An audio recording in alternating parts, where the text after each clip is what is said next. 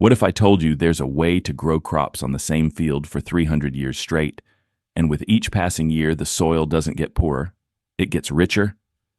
What if there's a system that doesn't require buying expensive fertilizers, doesn't deplete the land, doesn't create dependence on chemical companies, and yet delivers stable harvests year after year, generation after generation? Sounds impossible? But Amish farmers in Pennsylvania have been doing exactly this since the 17th century. While their neighbors burned out fields, exhausted the soil in just a few years, and were forced to clear new forests, the Amish created an endless soil conveyor belt, a system that feeds itself, restores itself, and works like a perpetual motion machine of fertility. Today, I'm going to reveal to you the ancient Pennsylvania cycle that generations of Amish farmers have kept secret.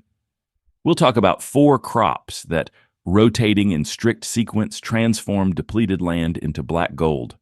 We'll learn why Amish manure works 10 times more effectively than modern fertilizers, and which forgotten lime practice creates effects that last for years. And most importantly, I'll show you how this 300-year-old system breaks the cycles of diseases and pests without a single gram of pesticides. Please watch this video to the end and subscribe to the channel, because this information can change your approach to farming forever and save you tens of thousands of dollars on fertilizers. This is truly important, and I don't want you to miss the details that make this system work. Let's start with the history. When the first Amish arrived in Pennsylvania in the early 18th century, fleeing religious persecution in Europe, they brought with them something far more valuable than just their faith. They brought agricultural knowledge forged by centuries of living on marginal lands in Switzerland and the German Palatinate. You see, in Europe, the Amish were driven out of villages, forced to live on the worst lands, on hillsides, on poor rocky soils where no one else could grow crops. And it was this necessity to survive on poor land that forced them to become true masters of fertility. In 1710, a group of Amish, led by Christian Hare, arrived in Philadelphia and headed to the western frontier to what is now Lancaster County. They selected 10,000 acres of land bounded by the Picayune River and the Conestoga River. These were experienced farmers, and they knew what they were doing. They sought limestone soils because they understood soil chemistry better than any scientists of the time. And when they began working this land, contemporaries were astonished. Benjamin Rush, one of America's founding fathers and a keen observer, wrote in 1789 about German farmers, most of whom were Amish and Mennonites. He noted that while other American farmers depleted field after field, cleared new forests, and left dead land in their wake, Amish farmers created fields that became more productive with each year. To understand the genius of the Amish system, you first need to understand the problem that all other farmers faced. In colonial America, the typical approach to farming was barbarically simple. You cleared a patch of forest, burned the trees, the ash provided some nutrients. You planted corn or wheat year after year on the same field. The first few years, yields were good because you were using the fertility accumulated by the forest over centuries. But then yields began to fall. After 5 to 7 years, the field was exhausted, the soil became hard and barren, and what did farmers do? They simply abandoned that field and cleared a new patch of forest. Thomas Jefferson, the 3rd President of the United States, said a famous phrase that perfectly describes this era. We can buy an acre of new land cheaper than we can manure an old one. This was a philosophy of waste, a philosophy that viewed land as an infinite resource that could be used and discarded. Most farmers of the time considered manure an inconvenience to be gotten rid of. They let their livestock roam the woods where the animals fed on poor forage and produced little milk. The manure was scattered in the forest instead of enriching the fields. The concept of conserving and applying manure to restore soil fertility was foreign to them. The Amish looked at this madness with horror. For them, accustomed to fighting for every pound of yield on poor European soils, such wastefulness was unthinkable, and they began doing what they knew best. They began building a system that could work forever. The crop rotation system that the Amish brought to Pennsylvania and perfected there was based on a 4-year cycle. corn, then oats or barley, then wheat, then clover and grasses for pasture. 4 years, 4 crops, and then the cycle began again. It sounds simple, but the devil, as always, is in the details. Each crop in this cycle performed a specific role, each prepared the soil for the next, and together they created a self-sustaining system of fertility. Let's walk through this cycle step by step, because understanding each stage is critically important for the system to work. Year 1, corn. The field that had lain in pasture for several years covered with clover and grasses was plowed in spring. This was hard work because the sod from perennial grasses was dense and tough. But when the plow turned over this green mass and buried it in the ground, magic happened. All the organic matter, all the clover roots that had fixed nitrogen from the air for 3 to 4 years, all of this began to decompose and release nutrients. Corn was the ideal first crop because it requires a lot of nitrogen. And the nitrogen was there in abundance released by the decomposing clover. Corn was planted in rows with enough space between rows for cultivation. Throughout the summer, the Amish went between the rows several times with hoes or horse-drawn cultivators, destroying weeds. This was important not only for the corn harvest, but for the entire cycle. By controlling weeds in the first year, they prevented the accumulation of weed seeds in the soil. In the fall, the corn was harvested. The stalks were cut, the ears collected, but the roots remained in the ground. These massive corn roots, penetrating deep into the soil, created channels that improved drainage and aeration. When they decomposed, they added organic matter deep in the soil profile. Year 2, oats or barley. The following spring, as soon as the soil warmed up, the Amish planted oats or barley. These were spring grains that grew quickly and matured by midsummer. Oats and barley were important for several reasons. First, they used the residual nitrogen that the corn hadn't consumed. Second, they grew in a dense cover, suppressing weeds. Third, and this is critically important, they served as a companion crop for the next stage of the cycle. You see, in spring, when the Amish planted oats, they simultaneously underseeded clover and timothy seeds. These tiny seeds were broadcast over the field along with the oats. But in the first year, they didn't compete with the oats because they grew slowly, staying low to the ground. The oats protected the young clover from the scorching sun and suppressed weeds, giving the clover a chance to establish. In July or August, the oats matured and were harvested. And here's where things got really interesting. After the oats were harvested, the clover that had been growing under its protection suddenly gained full access to sunlight, and it exploded with growth, quickly covering the field with a green carpet before fall. Year 3, winter wheat. By September, the clover already completely covered the field, and this is when the Amish planted winter wheat. They used a grain drill that simultaneously planted wheat and underseeded additional timothy and grass seeds. The clover that was already growing in the field continued to grow between the rows of wheat. Winter wheat germinated in the fall, overwintered as young plants, and resumed growth in spring. The clover also survived the winter and grew alongside the wheat in spring. But the Amish did another clever trick. In spring, preferably on the last snow of the year, they broadcast additional clover seed over the field.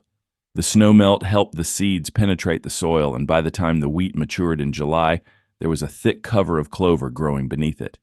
In July, the wheat was harvested. The stalks were cut high, leaving stubble, and under this stubble was clover, ready to take over the field.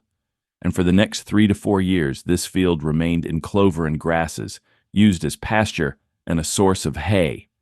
Years, 4, 5, 6, sometimes 7, clover and grasses. This was the most important part of the entire cycle. While the field lay in clover, processes occurred that restored and even increased soil fertility. Clover, like all legumes, has the ability to fix nitrogen from the air thanks to symbiosis with rhizobial bacteria in the roots. Over 3 to 4 years, a clover field could add to the soil an amount of nitrogen equivalent to several tons of manure per acre. But that wasn't all. Clover and grasses created a massive root system that penetrated deep into the soil, loosened it, created channels for water and air. When these roots died and decomposed, they added enormous amounts of organic matter throughout the soil profile. This organic matter held water, nutrients, and served as food for billions of microorganisms that made the soil alive. During these years, the field was used as pasture for livestock or for making hay. Cattle grazing on clover returned nutrients back to the soil through manure. This was an additional bonus that made the system even more effective, but even this genius crop rotation system wasn't complete without the second key element, manure. The Amish were absolutely obsessed with manure. While their neighbors considered it an inconvenience, the Amish viewed manure as black gold, as the foundation of all their prosperity. Amish farmers kept their livestock in enclosed stalls year-round, a practice that was radically different from what other Americans did. Other farmers let livestock roam the woods, where animals fed on poor forage and scattered their manure over a large area where it was useless. The Amish fed their animals quality feed, clover hay, grain, root crops. The animals were healthy, produced more milk, more meat, and most importantly, more manure. The Amish built special manure storage facilities, walled pits or bins where manure could compost. They knew that fresh manure was too hot and could burn plants. But when manure lay for several months in these storage facilities, it transformed into a dark, crumbly mass full of nutrients and safe for plants. Liquid manure wasn't lost as runoff but was conserved and used. Manure was applied to fields systematically as part of the crop rotation cycle. Usually it was applied before planting corn on a field that had just come out of clover pasture. This provided an additional boost of nutrients for corn, which was the most demanding crop in the cycle. But what really made Amish manure so effective was that it worked in synergy with the organic matter from clover and with the living soil created by crop rotation. In living soil full of microorganisms and earthworms, manure decomposed quickly and efficiently, releasing nutrients gradually throughout the growing season. In the dead, exhausted soil that other farmers created with their monocultures, manure worked much worse. The third key element of the Amish system, often overlooked, is lime. The Amish were among the first in America to systematically use lime for soil improvement. They brought this practice from Europe, where liming was well known. Lime, or calcium carbonate, does several important things. First, it neutralizes soil acidity. Many Pennsylvania soils are naturally acidic, especially after many years of use. Acidic soil blocks the availability of many nutrients. Even if they're present in the soil, plants can't absorb them. Liming raises soil pH, making nutrients available. Second, lime improves soil structure, especially on clay soils. It helps clay particles stick together into larger aggregates, which improves drainage and aeration. The soil becomes more friable, easier to work, and plant roots penetrate deeper. Third, lime supplies calcium, an important plant nutrient. Calcium is necessary for cell wall formation, for root growth, for many metabolic processes. The Amish applied lime periodically, usually once every few years, often before plowing under clover pasture for corn. The effect of liming lasted for years, gradually neutralizing acidity and supplying calcium. This was a long-term investment in soil fertility, and the Amish understood its importance. In Europe, the Amish also experimented with gypsum, or calcium sulfate, which worked similarly but also supplied sulfur. In Pennsylvania, they continued these practices, constantly seeking ways to improve their soil. Now let's talk about what makes this crop rotation system so powerful in the context of pest and disease control. This is an aspect that modern farmers often miss, but which was critically important for the long-term success of Amish farms. Each species of pest and disease specializes in specific crops. Corn beetles attack corn. Fungi that cause wheat leaf spot live on wheat. Nematodes that damage cereal roots multiply in soil under cereals. When you grow the same crop year after year on the same field, you create a paradise for these pests and diseases. Their populations grow exponentially, but when you change crops every year, especially when you rotate crops from different families, you break these cycles. The corn beetle that pupated in the soil after the corn harvest wakes up the following spring and finds the field planted with oats. Oats isn't its crop, it can't eat it. The beetle dies without leaving offspring. Fungal spores that overwintered on wheat residue find no living host when the field turns into clover pasture. The spores die. Moreover, different crops attract different beneficial insects. Clover flowers abundantly, attracting bees, parasitic wasps, predatory beetles. These beneficial insects create a population that then helps control pests on subsequent crops in the cycle. This is natural biological control that works without pesticides. 3 to 4 years in clover is also critically important for breaking the cycles of many cereal pests. Most cereal pest insects cannot survive on legumes. Their populations decline to almost zero during these years. When the field returns to cereals, it's free of most pests, and the crop grows healthy. Crop rotation also helps control weeds, which is a form of biological competition. Different crops suppress different weed species. Dense clover cover smothers practically all weeds. Oats grow so quickly they don't give weeds a chance. Corn, grown in rows with regular cultivation, allows mechanical weed control. No weed species can adapt to such diverse conditions, and weed populations remain low. Now I want you to understand the most important thing. This system doesn't just maintain soil fertility, it increases it. With each cycle, the soil becomes a little richer, a little more alive, a little more productive. This isn't the linear degradation we see in modern agriculture. This is an upward spiral of fertility. How is this possible? Because the system adds more to the soil than it takes. Clover fixes nitrogen from the air. Nitrogen that wasn't in the soil originally. This is free nitrogen taken from the atmosphere and converted into a form available to plants. The deep roots of clover and grasses mine minerals from deep soil layers and bring them to the topsoil where grain crops can use them. Manure adds organic matter and nutrients obtained from feeds, some of which were grown on other fields or purchased. Lime adds calcium. All these additions accumulate. Over one cycle, the difference may be small. But over 10 cycles, over 40 years, the change is dramatic. Soil organic matter content doubles. Earthworm populations increase tenfold. The soil's ability to hold water and nutrients increases exponentially. Historical records show the results. Stevenson Whitcomb Fletcher, a professor of horticulture, wrote that many of the first farms cleared in Lancaster County and neighboring counties on limestone soils produced good crops every year since they were cut from the forest. These farms, many of which belonged to the Amish, were cultivated continuously for more than 200 years and continued to be productive because they used a system that restored fertility. Compare this to the fields worked by their neighbors, exhausted in 5 to 7 years, abandoned, turned into wastelands. The difference was obvious to anyone who traveled through Pennsylvania in the 18th and 19th centuries. Now let's talk about money, because ultimately, farming is a business. The Amish crop rotation system was not only environmentally sustainable, but also economically superior. Think about what didn't need to be purchased. No synthetic fertilizers. All nitrogen came from clover and manure, no pesticides. Crop rotation controlled pests and diseases, minimal herbicides because the system naturally suppressed weeds. These were huge cost reductions. But the system also produced diverse products, which reduced risks.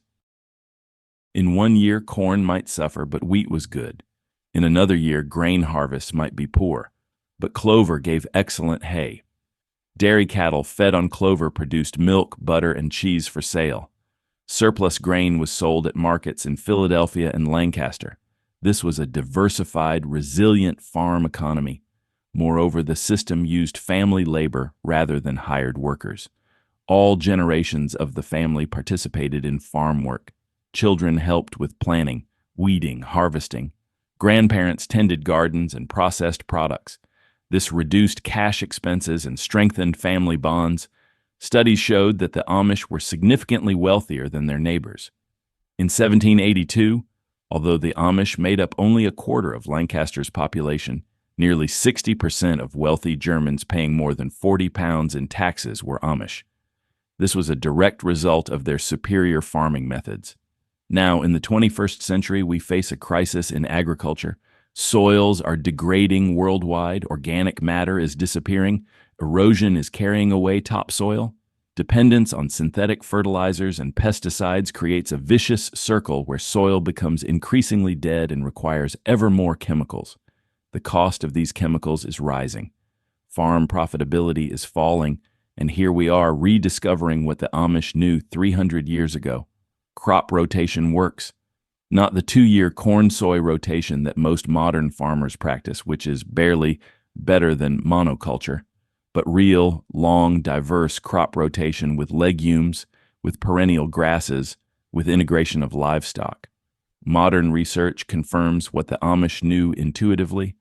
Long-term experiments show that fields with crop rotation, including legumes and perennial crops, accumulate organic matter, while fields with monocultures or short rotations lose it. Fields with crop rotation have fewer problems with pests and diseases, require fewer pesticides, and give more stable yields.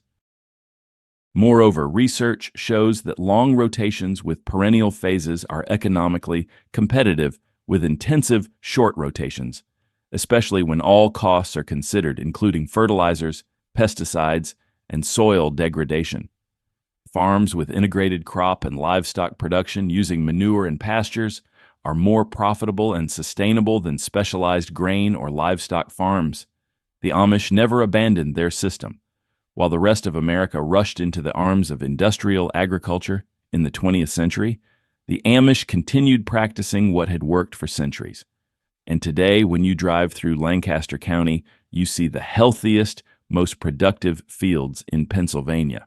These are Amish farms still using variations of the same 4-year cycle their ancestors brought 300 years ago. You don't have to be Amish to use these principles. You don't have to give up tractors and electricity.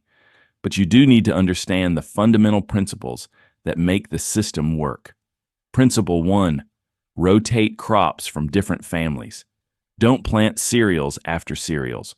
Rotate cereals with legumes, with root crops, with diverse forbs. The more diversity, the better. Principle 2, include legumes in the rotation. Clover, alfalfa, vetch, peas, beans. These are your natural nitrogen factories. They give you free fertilizer. Principle 3, use perennial phases. Now, don't be afraid to leave a field in clover or grasses for several years. This is the time when the soil recovers, accumulates organic matter, restores its structure. Principle 4, integrate animals. If possible, graze livestock on clover fields. Use manure. This closes the nutrient cycle. Principle 5, test soil and correct pH. Liming can be critically important for unlocking nutrients that are already in your soil. Principle 6, think long-term. This system won't give instant results, but in 5 years, in 10 years, you'll see the transformation of your soil.